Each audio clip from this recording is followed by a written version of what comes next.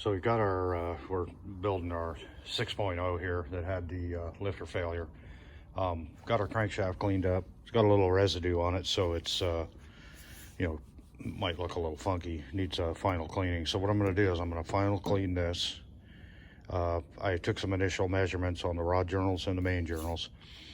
And after I final clean it, I haven't decided whether I'm going to have this polished or not. The reason being is you can't get 1,000 undersized bearings for these, and I don't want to sacrifice, you know, as nice as this is, I don't want to sacrifice any material on it if I don't have to. So what I'm going to do is do a final clean on it here at some point, and then I'll go ahead and remeasure it. You know, I'm looking for concentricity, of course, so I'm going to measure it at 120 degrees on all the journals. I'll record those numbers, probably double check it because, you know, me. But I'll record those numbers for each, you know, rod bearing 1, 2, 3, 4, 5, 6, 7, 8, and then 1 through 5 on the main journals. And then I'm going to do just a quick clean on the block because, you know, we have oil residue and shit in there. And I have a new set of Moly Cleveite standard main bearings, and we'll torque the bed plate on, and we'll take the inside measurement of the bearing and, you know, to determine our bearing clearance, and that'll kind of you know, help me make the decision on whether or not to have this crank polished, because I know you're not taking much material off, and you know, sure, there's people out there, oh my god, yeah, at least do that, but I don't really see anything. Nothing catches your fingernail. It's pretty damn smooth. And like I said, I don't want to sacrifice any material.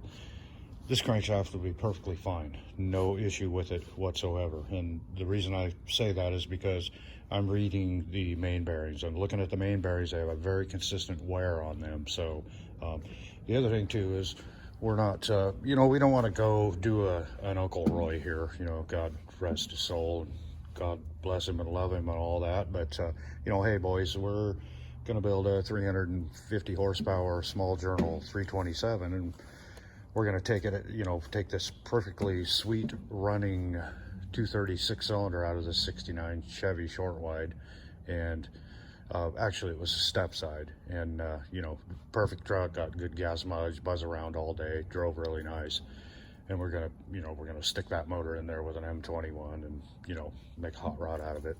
And by the time, you know, we get done with it, it's a completely different engine, 350 that's been balanced, and, you know, a bazillion dollars in it, and you know, you don't want to get off on you know, you don't want to go down that road. But anyway, talking about this block and bore alignment, high nickel content iron block, a lot of support in there around the mains, plus you have the bed plate that goes on there, high nickel iron content, very strong, very stout, stouter than the 6.7 Ford by far. Not a lot of issues with bore alignment. Of course, it will be checked, but the bearings are going to reveal that if there's enough babbitt left on them, if they're not down to copper, all of them, you're going to be able to tell if you know, without measuring. You want to measure it, you want to check it, you know, with a straight edge to make sure that your bores are aligned. But you know, you can get a pretty good idea of, hey, this thing, you know, got a little bit more on the front, which is normal on the upper bearing because we got some loading up there. It's a long ways from the thrust bearing, you know, but we have a consistent wear on them. And I've seen, you know, I don't like undersized 6.0 crankshafts. I don't know if it's the people around here doing them, but, you know, the last 3 that I've seen, you know, over the last, I don't know, 3-4 years, they always had a funky ass wear pattern on. I mean, you know, the concentricity according to the center line of the crankshaft on the main journals was not, I mean, it was all over. It had to have been all over the place, you know, and I didn't check it, but, you know, the wear on the bearings told the whole story there. So on a high mileage,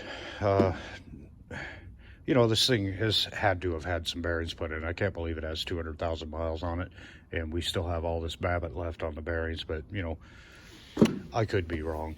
But on a high miler, I've seen a lot of times where you're getting down to copper, you know, on all of the bearings, and when you when that babbitt's gone, you know, theoretically, your crankshaft is riding on a film of oil, and it is, but it's also touching the bearings because you have this big old heavy piece of metal with a lot of loading on it, you know, during the power stroke and the rotations, they're going to touch. So the purpose of that babbitt is, you know, cushion for the crankshaft. Embeddability, though, that's the most important. And when you start losing that babbitt, when you get down to copper, you have a steel backed bearing, the embeddability is gone, and the embeddability of copper isn't anywhere near what the embeddability of the babbitt material is on there. So when you start getting down to copper, if you get some metal, which you're going to have metals, you know, floating around in your oil, it's not all going to be trapped by the, you know, just from normal wear.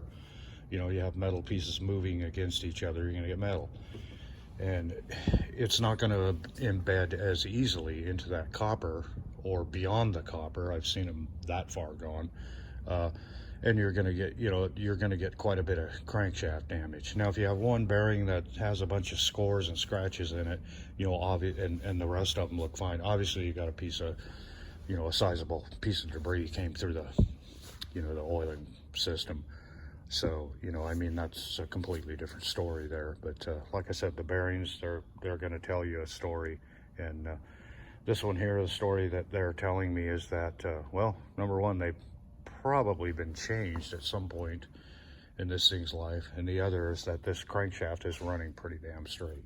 So we're going to use that crankshaft in this engine. And we haven't decided whether or not we're going to polish it or not. I mean, polishing it would be nice, but I don't want to get into a situation where my, you know, if too much material is moved off, you know, removed during polishing, which it's not a lot that you're removing, but, you know, we don't want to remove too much. And I would like to stay towards the lower end of the spec for bearing clearance on the main bearings. So, I mean, that'll give it a, you know, hopefully give it a longer lifespan. But anyway, just thought I'd throw that in. Thank you. I just wanted to add here real quick. Yes, I laid this crankshaft down on its side, you know, and you should not do that, but I laid it down very carefully, and my tone wheel is not touching anything. So you want to be really careful of this. I know I've mentioned it in the past. I'm not sure what the process for attaching this to the crankshaft is, but you don't want this to get bent because it'll get warped, and then it'll rub inside there, and then it'll fall off, and then you'll have misfires or a no start. And then basically, what are you going to do about that? I suppose you could TIG weld it. You know, if you had a good one, if it came loose, you could TIG weld it on there because it does have a dowel pin in it. But be really careful about this. The way I'm going to store this, I have a bed plate with a little plate that protects the bottom of the tone ring, and I have some, you know, good used bearings in it. So the way I'm going to store the crankshaft is I'm going to set it in that bed plate so that it's supported by the main journals, or you can stand it up. Just don't lay it down on this part here. Be really careful of this, because if you screw that up, you know, you're going to be in a world of hurt.